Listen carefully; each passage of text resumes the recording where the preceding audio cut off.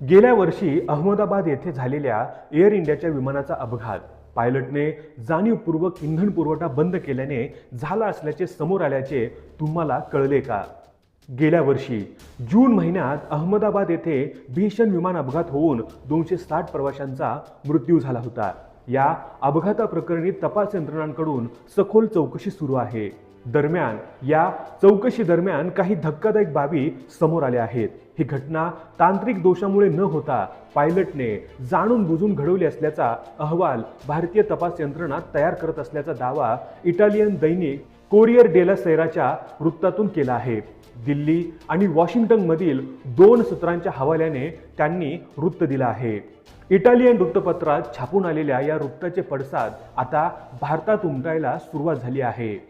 भारतीय तपास यंत्रणांनुसार 12 जून 2025 रोजी इंजिनमध्ये इंधन पुरवठा बंद झाल्यानंतर झालेला अपघात तांत्रिक बिघाडामुळे झाला नव्हता, तर जाणीवपूर्वक केलेल्या कृतीमुळे झाला होता आणि अधिकारी आता त्यांचा अंतिम अहवाल तयार करण्याची तयारी करत आहेत। या तपासात अमेरिकन तज्ज्ञही मदत करत आहेत।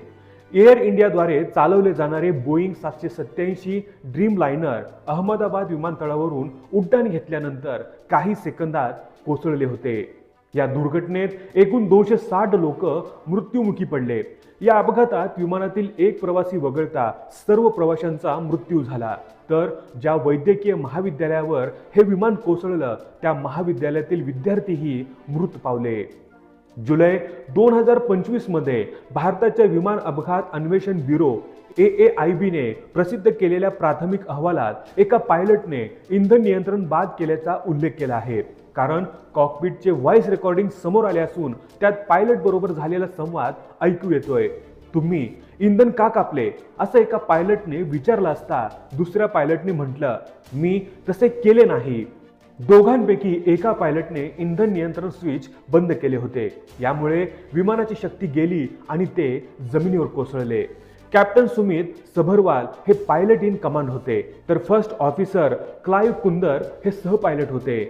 अंतिम तपास अहवालात वैमानिकांचे मानसिक मूल्यांकन आणि मानसिक आरोग्य देखरेखीबाबतच्या शिफारशींचा समावेश असण्याची अपेक्षा आहे।